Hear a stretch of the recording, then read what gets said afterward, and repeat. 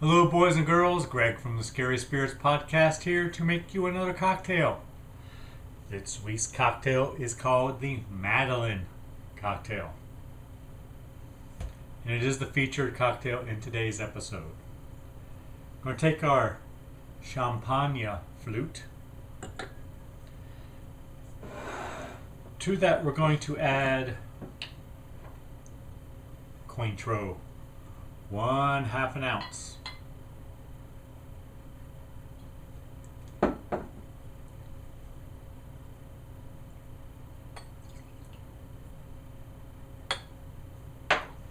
Half an ounce. Next, 1/2 ounce Amaretto, or as I call it, Di Serono.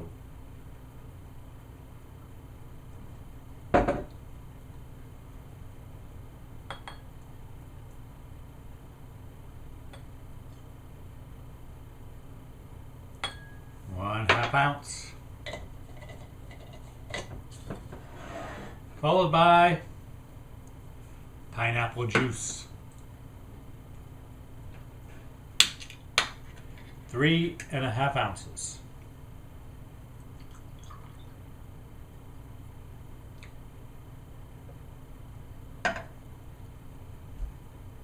Three and a half ounces pineapple juice.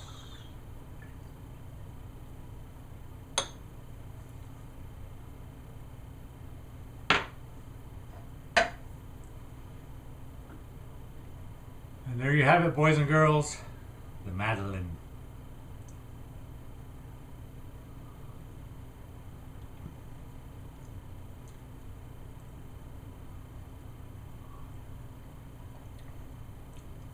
Pretty good.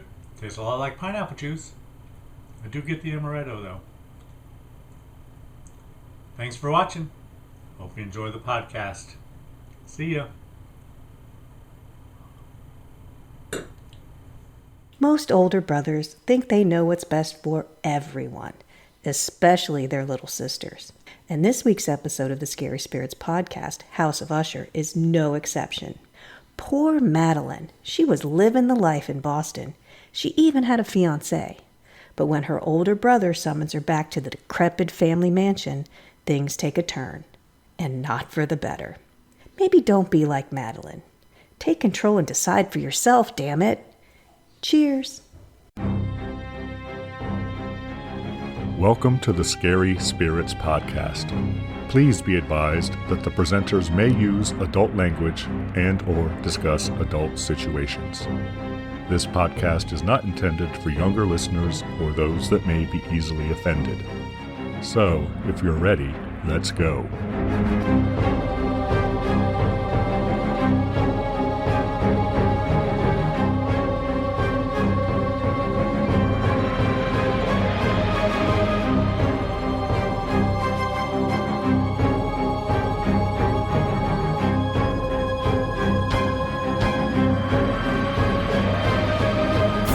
Hi, I'm Greg. Hey, I'm Karen. And welcome to the Scary Spirits podcast. Podcast that combines the two very different yet highly compatible worlds of scary films and alcoholic spirits. What could possibly go wrong? Indeed. How are you, Karen? I'm fabulous. How are you, Greg? I'm awesome, Karen. Yes, you are. I'm not sure I like your tone. It's been known to happen. All right, Karen, I believe this week's film was your choice, was it? Was it not? It was. And what film have you chosen for us?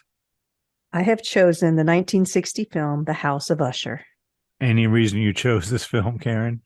Well, the week that this podcast comes out, this film came out. It did. Actually, the day after, Karen. Look at The you. very next day. Look at me pulling a Greg. Wow. Well, at least you like it. Yeah. So what is that, Karen? 1960 to 2023. How many years is that? It's a lot. 63, is it? Yeah, it's a lot more than we've been alive, for sure, Karen. Oh, way more. Yeah, 63 sounds right. Yep, 63. You checked my math. Yeah, I had to do the math. Yeah, you should always check my math. Well, that's impressive, Karen.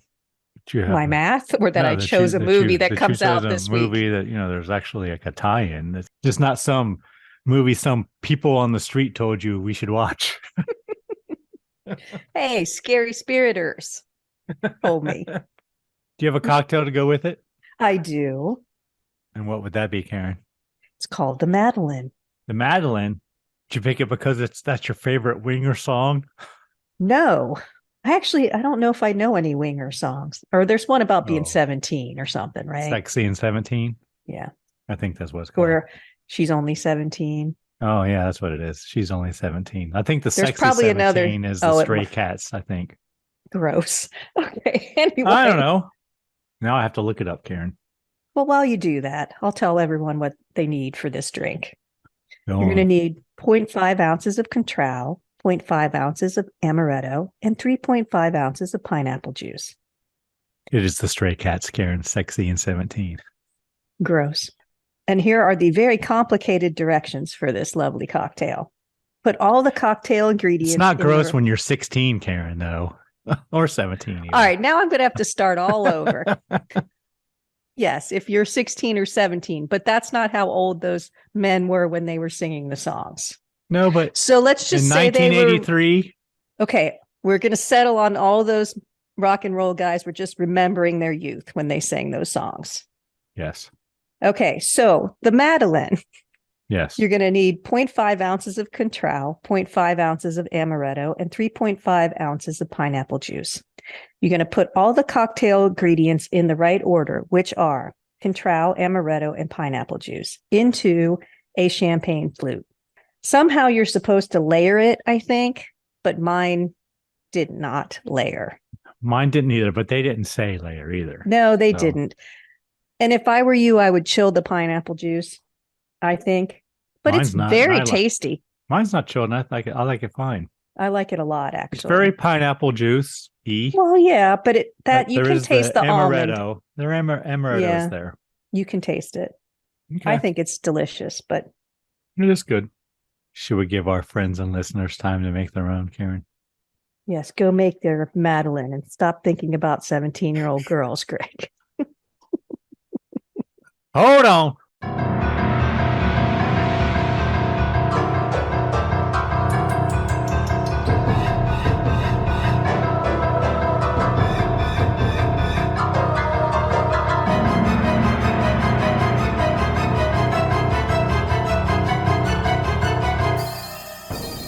And we're back. Yes, we are. Oh, the radio gold you've missed, listeners. All right, Karen, might you have a brief synopsis for this film? I do. Go on. Tell me a story. Based on the classic story, The Fall of the House of Usher by Edgar Allan Poe and directed by legendary filmmaker Roger Corman. This thriller features Vincent Price as Roderick Usher, a man who believes his family to be cursed by incurable madness. So sure is he of his family's doom that when his sister Madeline announces her engagement to Philip Winthrop, Roderick will stop at nothing to prevent their marriage and keep the Usher bloodline from continuing. That's a pretty accurate synopsis, I would say. All right, boys and girls, that's the film. Thank you, Cleveland. Good night. So would you like to know a little bit about The Fall of the House of Usher by Edgar Allan Poe? Yeah, I was going to ask if you are familiar with the story. I wasn't. Were you? I was not. It's supposed to be one of his most famous stories. It's a short story. But it reminded me of another Poe thing, which I will probably bring up later, as I'm sure lots of Poe things do. His themes he uses throughout his works that I've noticed, from what I know. Are you going to tell us about the fall of the House of Usher, Karen? Or are you going Yes. to leave us in suspense? The Fall of the House of Usher recounts the terrible events that befall the last remaining members of the once illustrious Usher clan before it is quite literally rent asunder. With amazing economy, Poe plunges the reader into a state of deliciously agonizing suspense. It's a must-read for fans of the golden era of horror writing. The Fall of the House of Usher is one of Poe's best-known short stories. But I just realized I didn't see when it came out. Can you want to look and see when he wrote it? The book? It's a short story, so it's probably in a anthology or something. 1839, Karen. I haven't read the story, so I don't know how close the movie is to the story, but I'm guessing not very. They generally aren't, although it has similarities, certainly. You think? Well, it talks about the Usher clan and that those who come before you doom you. Are you ready to get into it, Karen? Absolutely. Where'd you watch it? I watched it on Amazon Prime, Karen. Yes, it was pricey. No, it was like $1 more than usual. The other films we do. It's like, well, it's about 50 cents more. Wasn't it like $4.29 or something? They're usually like $3.50 or something. So. $3.99. But yeah, it was a pricier one for reasons unknown. House of Usher from 1960, rated R, Karen. No other warnings or anything like that I saw. Film starts and we have credits, as most films start with from the 60s and earlier. Yes, with different colors of fog. Film opens, we see a forest with lots of froggy's fog and a man on horseback. Looked like the forest has been burnt down, though. It didn't look like a very... It wasn't very thick. No. Then we see an English manor, obviously a painting, I wrote, Karen. Yes, very obviously. And the man approaches and we see the columns have the name of Usher on them. The man knocks at the door. Butler answers. He does take a moment to kind of let you know it's a little decrepit. He's got white gloves on and he's noticing how ill-kept the outside of the house is. The butler, Bristol is his name, answers. And at first he refuses to let the man in, even though he is engaged to Madeleine. He says that Roderick has forbid him from entering. Who is her brother. And Philip insists that he be allowed to speak to Roderick. So Bristol lets him in. Yes. So there's a struggle at the door. And he does introduce himself as Philip Winthrop. And Bristol says, no way, you're not getting in. Mr. Roderick won't allow it. And Philip, he insists on a lot of things in this movie. He insists. But Madeleine is the very obviously younger sister of Roderick. Don't you think? I think so, yes. Yes. But he's engaged to her. Philip enters and is asked to take off his boots. Then the butler disappears, but then he returns and brings Philip some shoes to put on. They're slippers. They're fucking heels, Karen. They're shoes. They were slippers because slippers are quiet. Well, they had heels, so. Well, some slippers have heels. Right. Didn't your dad's old slippers have? They were almost shoes. No? No, Karen. Then the butler takes Philip to see Roderick. Upstairs. Played by Vincent Price, and he opens the door before they knock, so it's kind of a startle scare there. And he ain't happy. No, he says, how dare you let anyone in? Philip says he insisted. And Roderick has a very beautiful red coat on. I was coveting the coat, but whatever. And we soon learn that Roderick cannot stand loud noises. He has very keen senses, or hypersensitive to everything, apparently. Everything. As does everyone in the Usher family, apparently. Yes, as they get older, their senses heighten. He says, sounds in any state of exaggeration cut into his brain like knives. Roderick tells Philip he must leave.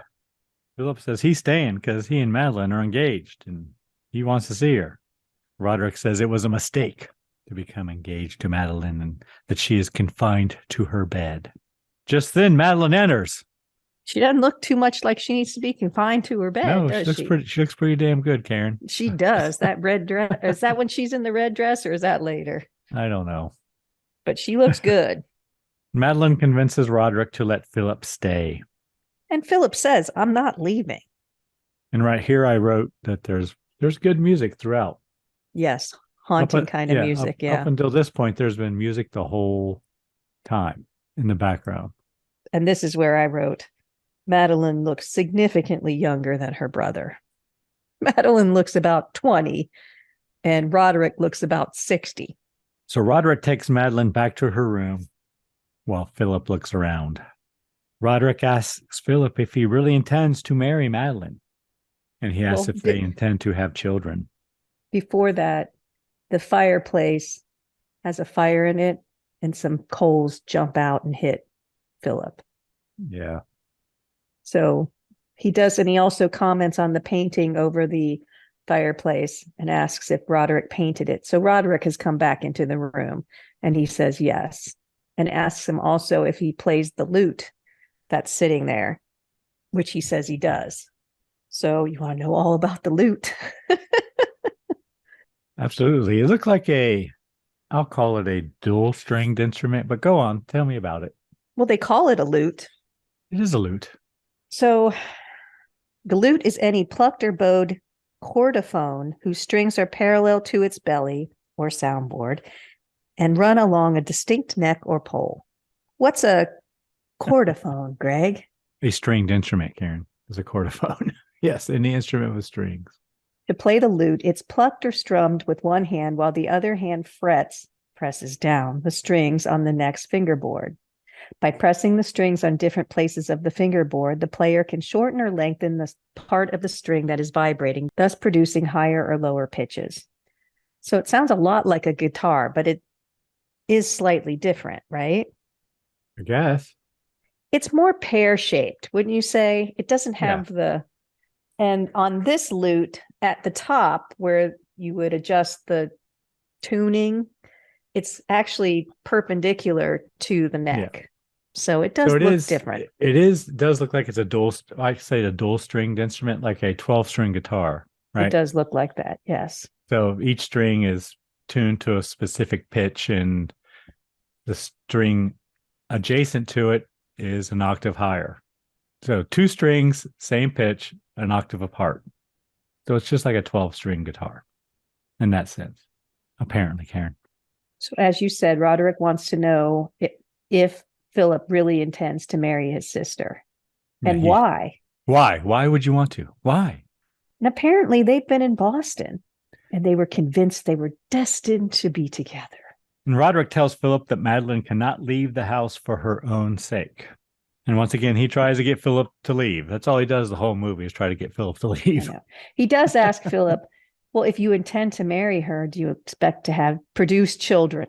And Philip says, God willing. And Roderick does not like that at all. He scoffs at the idea. It's a nightmare. So there's no explanation as to what Madeline was doing in Boston, why she left, anything like that. She's just all of a sudden home, seemed to have been doing fine in Boston, but now she's gravely ill and must stay in the house at all costs. Yes, and you're absolutely right. Half of Roderick's dialogue is, you need to leave the house to Philip, and you need to stay in the house to Madeline. I beg you, sir, to leave. Oh, you're still here? So next we see Philip in his room.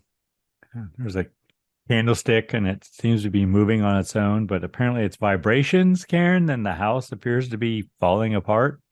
Like there's earthquakes or some shit, it seemed like. And shit's moving inside the house. And it's crumbling. It's a gorgeous room. And I wrote, but even though all this is happening, the candles do not flicker as he's walking around. No, but everything's shaking. Yeah. And he looks out the window, right? And sees a big crack in the house. Yep. He leaves his room and goes downstairs, and the chandelier above him is shaking, and then it falls, and he jumps out of the way. Just in time. Madeline runs down to him, and she tells him to leave as well. Philip refuses. Cut to dinner. Philip asks Roderick if the house should be repaired for Madeline's safety. There's a big crack. He's worried about Madeline. And he also asks about the surrounding lands. They seem very desolate, apparently. Madeline asks Philip how things went in Boston, and he says that everyone misses her. And she seems pleased that she is missed. Then we cut to Roderick playing the lute. I wrote badly. Yeah. But apparently it's a composition he composed himself, Karen. Yes. And Philip, the suck-up, was like, can we have another? I thought, oh my God. I don't know if the lute is supposed to sound like that, but I'm glad you said badly, because I sure thought it was. Yes, badly. Then Roderick says Madeline must retire. But she says, I'm not tired. Yes, you are. Roderick tells Philip he expects him to leave tomorrow. Philip says, oh, I'll leave, but I'm taking Madeline with me. Madeline. Cut to Madeline's room, and apparently Philip has snuck in. Yes, he has. Puts his hand over her mouth, and then they kissy face, Karen. They're in love. Philip tries to get Madeline to leave with him tomorrow. He says she cannot. She can't. He just doesn't understand. She must stay. I know. And he doesn't ask why, really. Really? Does he? Does he ever ask why?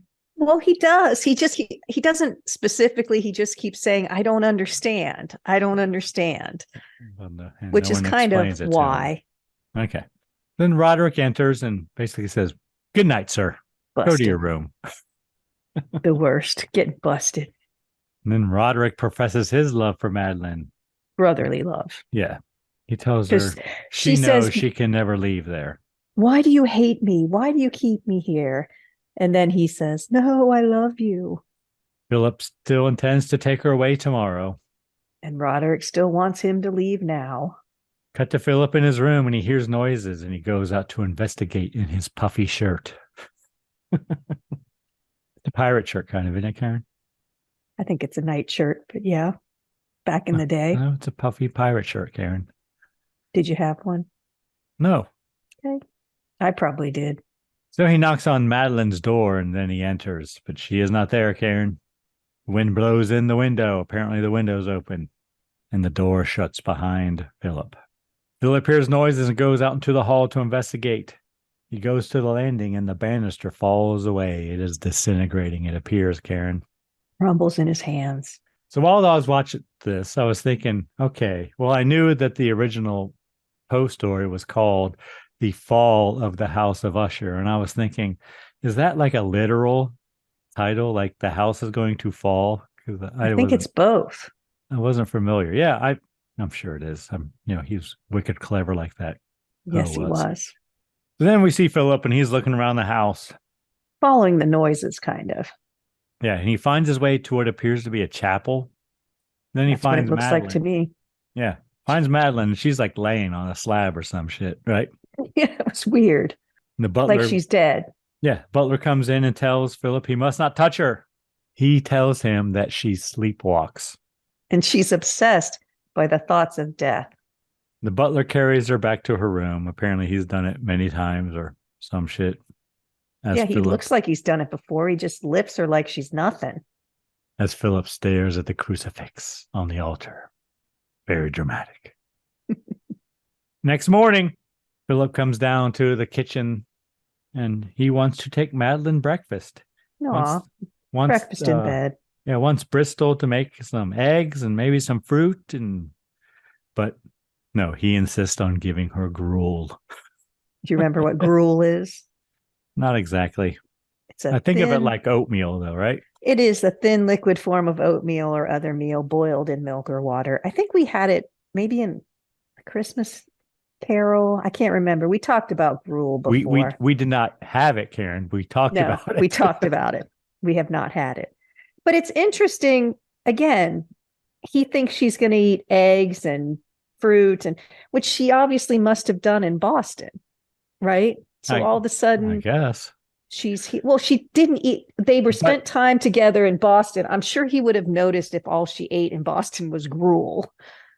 But he does say after the butler says no gruel, he says, "Oh yes, her taste." But that's because Roderick explained it. But I don't think that's what she ate. I don't think it was because Roderick explained it. I thought he was familiar with her peculiar taste. You couldn't eat gruel every day, all day in Boston. That's crazy talk. Okay. You might need a Boston cream pie or something, Karen. Oh, something. Some pie. Boston baked beans. There's lots of things in Boston. A Boston lager, maybe. Yeah. But the butler explains that he's worked for the Ushers all of his life. Over 60 years. Did you see when he was cooking the gruel that the cauldron that he was cooking them in started inching towards Philip? Yeah. It's going to burn him. But the butler caught it. Philip says he intends to take Madeline to Boston. And then the house begins to shake, Karen. I think that's when the gruel winches towards Philip. Yes, it does. So Philip brings Madeline her hot gruel, but she refuses to eat. Well, here's where he knocks on the door, and or is she asleep? Or does she say, She's in who is bed. it? Yeah. She He says, who just is it? barks in every time. He never answers and says, it's me, Philip. Who Right, is it? Just comes right in. But they kissy face. He tries to feed her, but she won't eat. And he says, I'll have no scrawny woman in my household. Once again, Philip tries to get Madeline to leave with him, but she refuses. She says soon she will be dead. It's not funny, but. And of course, Philip doesn't understand. And she says, well, perhaps you'll feel differently after you've seen. So she leads him down to the basement, I wrote, or the catacombs, apparently. It's the crypt, right? Yeah. But it's in the basement of the house. Enter a locked room, and there's coffins of all the Ushers, her great-grandparents, her grandparents, and her parents. But it's not like it shows them dying early or anything. It's just No. a bunch of dead people in the basement. Yeah. So she says, you'll understand when you go down into the basement. That doesn't explain anything. It's just hers and Roderick's coffins are already there, ready. Okay, so they pre-bought their coffins. Eventually they're going to die. If it was the family crypt, that's where you would be buried. I didn't get it. I was like, this doesn't explain anything. Philip finds it all very morbid. And then Madeline's mother's coffin falls and a skeleton is revealed. Madeline and there is good music here. Madeline faints and Roderick enters and carries her away. Yeah, he's not happy they're down there. Roderick takes Madeline to her room. And they said, I just wrote here, they say you don't understand a lot of times in this movie. Roderick tells Bristol, the butler, to see to the crypt. Clean up that skeleton. I guess is what he's saying. Go deal with that. Roderick takes Philip outside and tells him about the past when the land was fertile and the lake was not a swampy area. Well, he calls it a tarn, and one of the Usher women drowned herself in it. So I had to look that up. I didn't know what a tarn was. Do you? Nope. A tarn is a small mountain lake. They never found the woman who drowned herself in the tarn. I thought he said pond, but that makes sense because pond would make sense, but tarn does too because it comes back at the very, very end. And Roderick describes utopia, basically. Everything was beautiful. Yeah, but then there was a plague of evil, Karen. That's the part I wrote down. When you get the plague of evil, you're in trouble.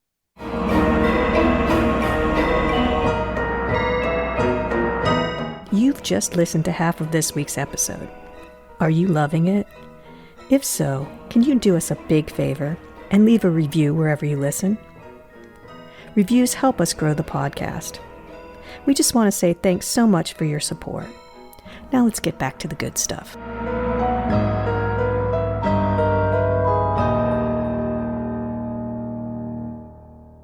Next, Roderick shows Philip paintings. I guess he did. Yeah, they're cool paintings. I really liked them. It's pretty dark, Roderick. Oh yeah, but they're cool paintings, I thought. They almost look they could be black light paintings. Paintings of the Usher family.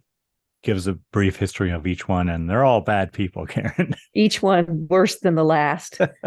Thieves, harlots, forgers, drug addicts, harlots, professional assassins, blackmailers, and murderers, slave traders. Wait, I'm still going.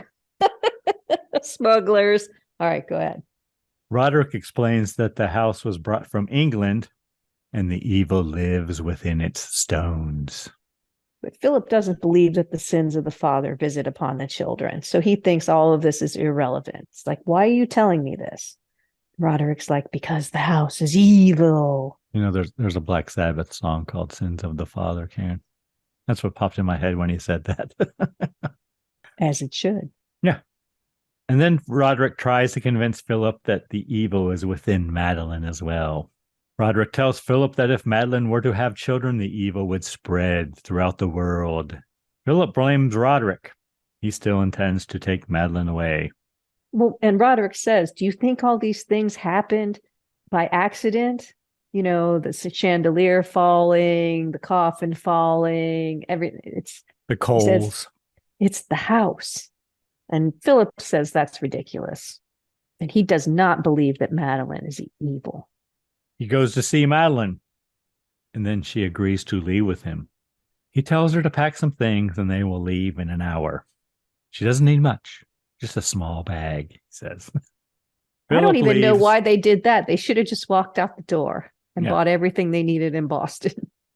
Philip leaves, and we see Roderick entering as he's leaving. Philip in his room overhears Roderick and Madeline arguing about her leaving. Didn't you think they'd have to have their voices raised in order to do that? For him to hear that well? So shouldn't they both be crushingly holding their ears because people are yelling? Because he can hear them through the wall. True. Philip goes to Madeline's room and enters, but she gone, Karen. And I mean, she gone. She dead. Yeah. Philip checks for a heartbeat and takes a mirror and puts it up to her mouth, her nose, to check for breath. Roderick says, she's dead. Yep. And tells Philip that it was he who put the pressure on her heart and caused her to pass. It's all your fault, Philip. Yeah, way to go, Philip. Roderick lights a candle and says, one candle left to burn now before the darkness comes. At the beginning of the film, he did light two He for did. the two of them. And now there's only one. Next, we see Roderick, Philip, and Bristol the butler kneeling and praying at Madeline's coffin down in the chapel. That's a hard word for you, isn't it? It is. Chapel. That's because a plague of evil has taken over.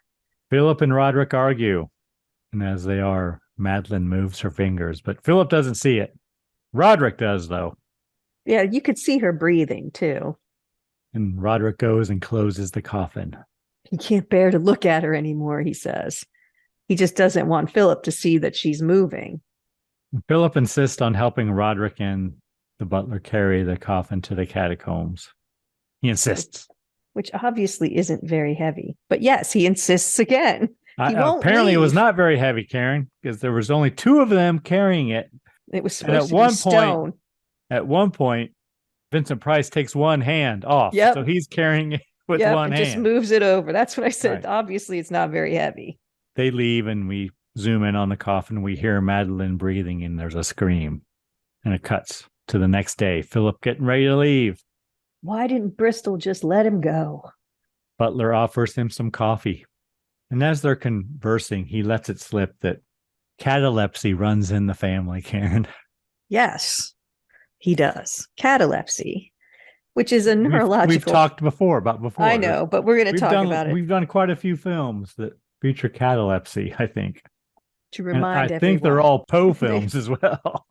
A neurological finding of prolonged muscular rigidity and immobility where the individual's limbs remain in an unnatural fixed posture. The condition results in decreased response to external stimuli and reduced sensitivity to pain. Symptoms include a rigid body, rigid limbs staying in the same position when moved, no response, loss of muscle control, slowing down of bodily functions such as breathing, which is important, I guess, so you wouldn't notice that they were breathing. So then Philip says, catalepsy, she's still alive, and he runs down to the catacombs. He finds Did you notice Bristol has Mr. Monopoly hair? He has those two little curls up in the front. Does Mr. Monopoly have that? Someone has it. Maybe it's Wimpy in Popeye or something, but someone has that hair. Wimpy is bald, I'm pretty sure. But it must have been a style back then to have the two curls in the front. Almost Cupid doll curls, but whatever. It was distracting to me. Philip finds the coffin is padlocked. Yeah, that's not suspicious at all. He finds a big axe and he breaks open the lock and finds the casket empty. Then he asks the butler, Bristol, where is she? And he does not know. And then Philip confronts Roderick with his big axe. Roderick refuses to tell him where she is. But then Roderick says he did bury her alive and she is dead now. Very calmly. It's too late. She's dead now. Philip begins searching for her. Frantically. He begins tearing the catacombs apart, I wrote. I'll find you, and screaming her name, even though I think it's Madeleine. Butler brings Philip to his room and tells him to get some rest. Philip goes to sleep and he dreams, Karen, I guess. It's like an acid dream. Dreams about the Usher family and the chapel. And Roderick carries Madeline away. Philip tries to follow, but the Usher family prevents him. It's all in blues and purples, and it's very foggy and creepy, and they are wailing and moaning. And so all of the paintings that he was showing him earlier have basically come to life, and they prevent him from getting to Madeline as Roderick takes her out. Then as you said, takes the axe to Madeline's casket, and she screams, and he wakes up. And it's storming, Karen. Yes. Loud thunder and lightning, and Roderick plays his lute badly again. And again, he suggests that Philip leave. He says, if you stay, you will perish with us. Yes, exactly. Roderick says, perhaps the storm will finish it. But Philip says, you murdered your sister, and I want to see you hang for it. And then Roderick says, well, you best arrange it quickly. Then he goes on and talks about how he could hear her breathing. He has like Superman hearing or something. Her first scream and the tear, the scratching of her fingernails on the lid. But Roderick says she's mad, or she was, or something. I don't know. But then they go back and forth. Where is she? Is she alive? Is she alive? Is she alive? And Roderick finally says yes. Yeah, there's like this back and forth of, can't you hear her? Can't you hear her screaming, scratching at her casket? Yes. I hear her calling my name. Whatever. She's alive and deranged. Yeah, Philip demands to know where she is. He hears her scream, and he runs out. Down to the crypt, where the key is in the same place it was the whole time. Now, if you didn't want him to be able to go in there, hide the key. He finds her casket, and it's marked with blood, where she was apparently clawing her way out. So why didn't he see it before? Did they move it into the crypt after he looked in there? You mean when he hit it with the axe and it was empty? Yeah, like was there another one down there? I don't know. Maybe Roderick had her body elsewhere. And then put it back in her. Yeah, I don't know. Bristol tries to prevent Philip from looking for her. He says the house is filled with secret passages and she is mad. But what does he follow? The blood trail, Karen. Yes, he does. Bloody handprints and very specific drops of blood on the ground. A lot of it, too. Lots of drops. Yeah, for bloody fingernails, that was a lot.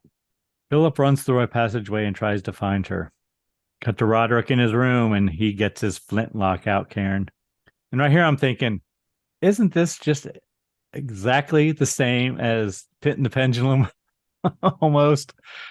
It could have been the same sets and everything, but whatever. Because he gets his flintlock out too in that. So then the window breaks in Roderick's room.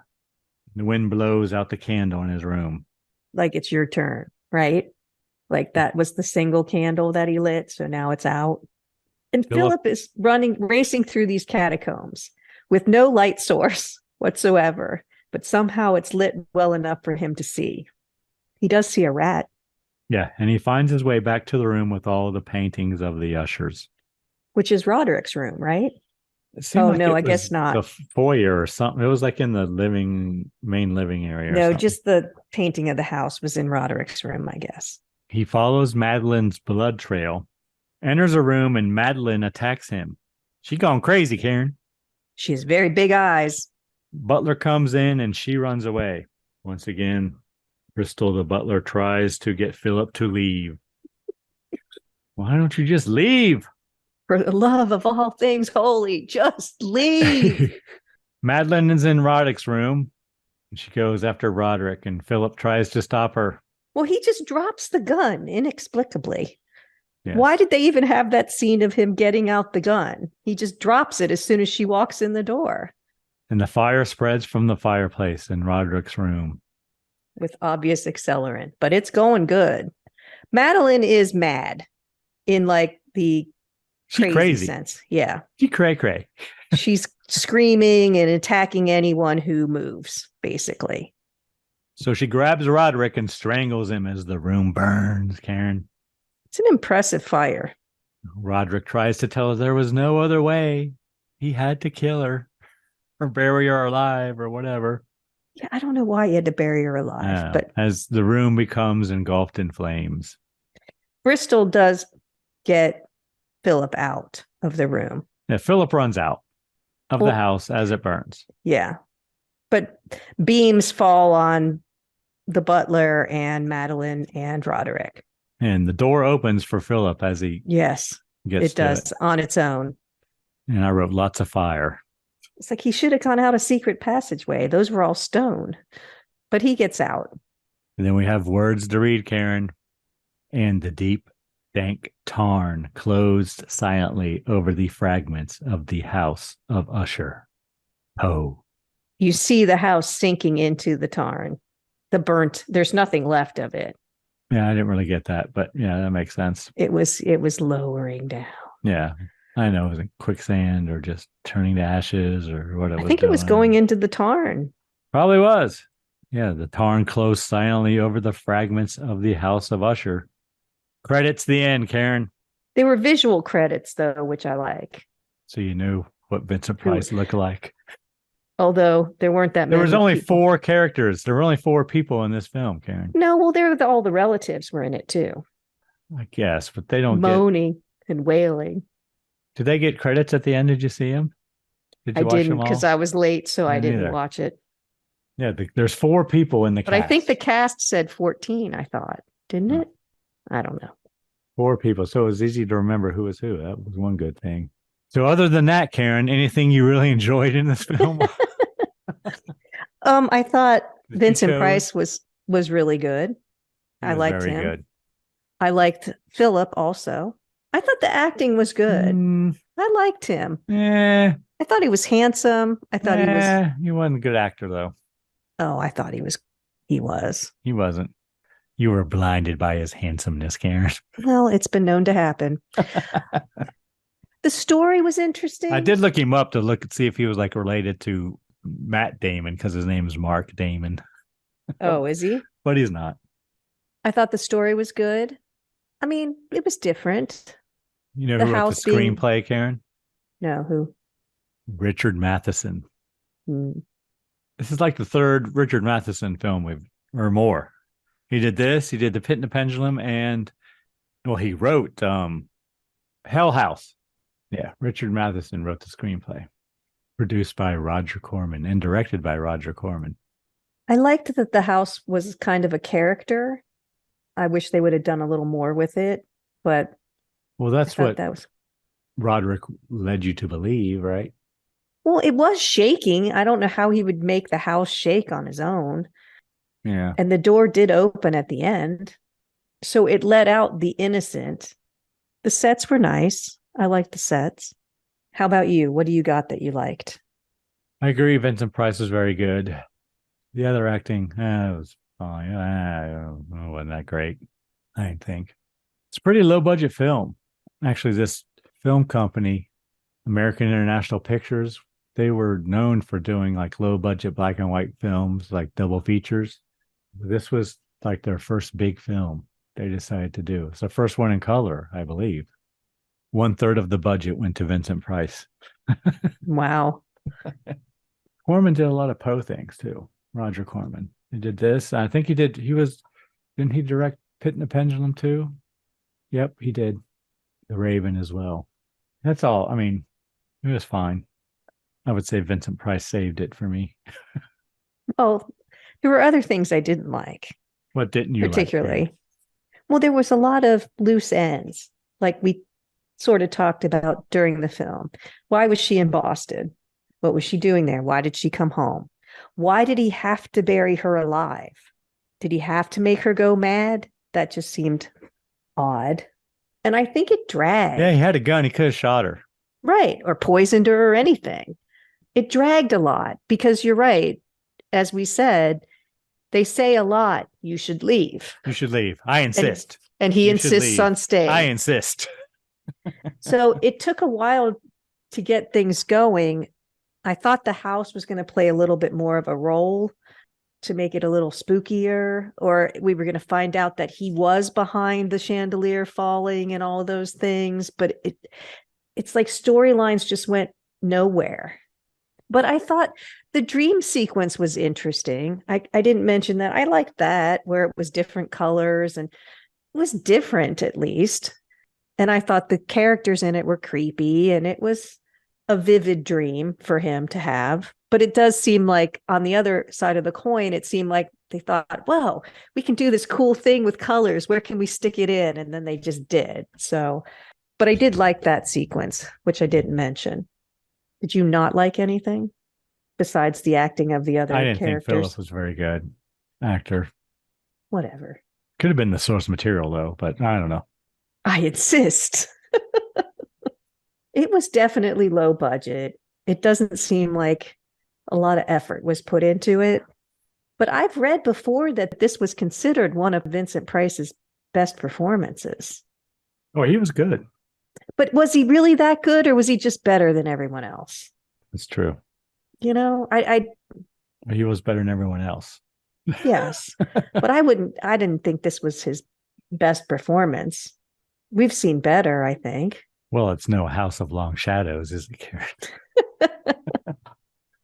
All right. What kind of cocktail rating you want to give this film, Karen? Probably a 4. 4. Well, we've seen better 3s, don't you think? Definitely.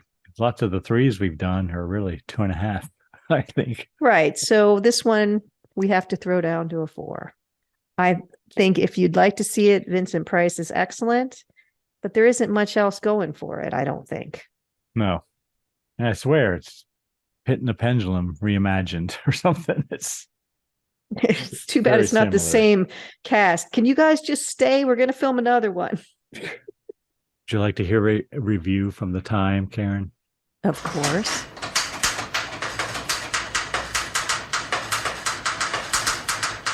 Let's do Critics Corner. So first I'll say that this film has an 84% approval rating on Rotten Tomatoes, a 6.9 out of 10 on IMDb, and 88% of Google users like this film. Liked Vincent Price. I'll read one review here, Karen, from Variety, dated December 31st, 1959. It's not precisely the Edgar Allan Poe short story that emerges in House of Usher, but it's a reasonably diverting and handsomely mounted variation. In patronizingly romanticizing Poe's venerable prose, scenarist, which I guess is screenplay writer, Richard Matheson, has managed to preserve enough of the original's haunting flavor and spirits. The elaborations change the personalities of the 3 central characters, but not recklessly so.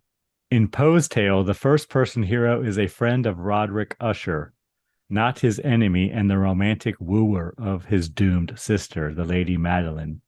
Matheson's version, however, accomplishes this alteration without ruining the impact of the chilling climax in which Madeleine, buried alive by her brother, while under a cataleptic trance, breaks free from her living tomb.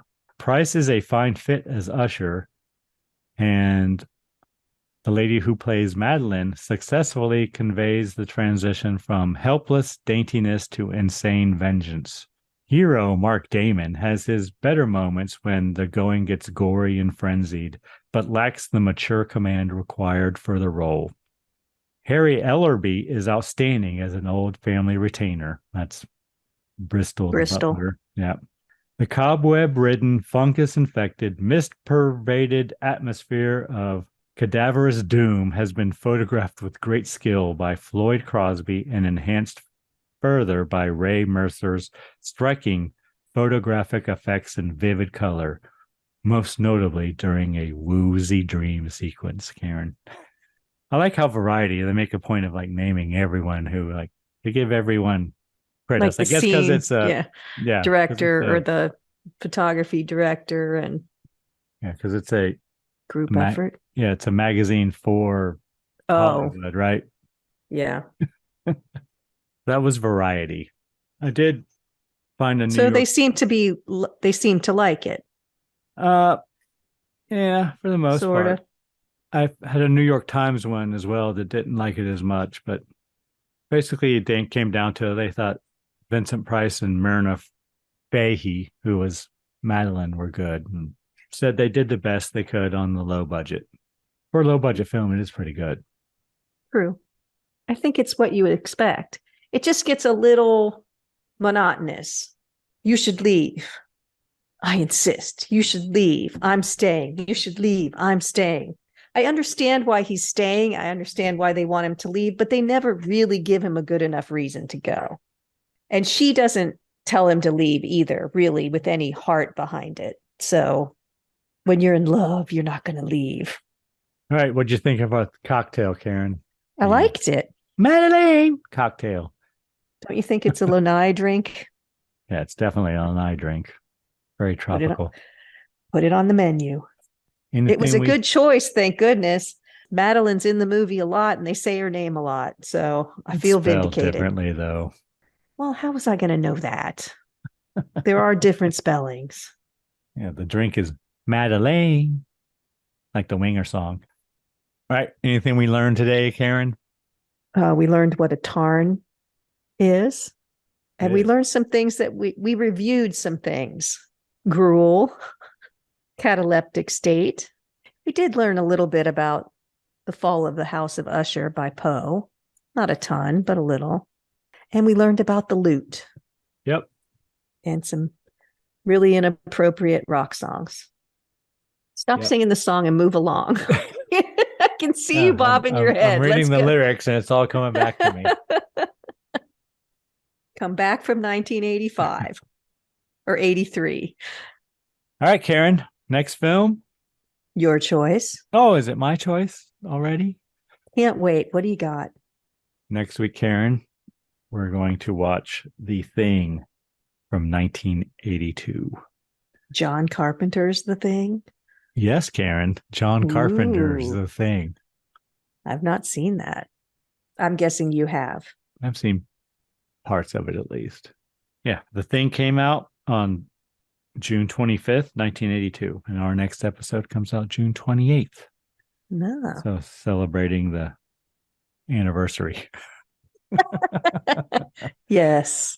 40, is that 41 years? Yeah, 41 years. Seems like yesterday, Karen. You remember 1982? I don't want to talk about it. I do have a cocktail as well, Karen. Well, I was waiting. What is it? If you're wondering, it's called the Antarctic Freeze. Nice. What are we going to need for that? We're going to need vodka, coconut rum, island punch pucker, pineapple juice, blue curacao, lemon lime soda, and a cherry for garnish. Wow. This is perhaps our most complicated cocktail to date, Karen. Why is that? First, you need 2 blenders. 2 blenders? You're really making 2 layers, and you're making them in different blenders, and you're combining them. So there's basically there's a white layer and a blue layer of this frozen. It's a frozen cocktail for the most, basically. Well, I would figure if it's an Antarctic cocktail, but yes, it's a leap, but I was pretty confident. Okay. And it does say to drink responsibly in the preparation instructions. Must be good. Yeah, sounds good. Vodka, coconut rum, pineapple juice. Okay. Well, we'll see how that works out. Yep. Antarctic Freeze. I'm really looking forward to that one. We're going to get brain freezes from it. I'm excited. I'll probably use some Sprat for my lemon lime soda. I was guessing you might. All right. Anyone you need to thank this week, Karen? Or anything else we need to cover? Well, I'd like to thank our listeners.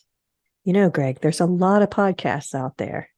Thank you, listeners, for spending time with us. Who do you need to thank, Greg? Karen, I need to once again thank the band Verse 13 for providing all the music in the Scary Spirits podcast. The music definitely makes the podcast better. Anything else, Karen? Please drink responsibly.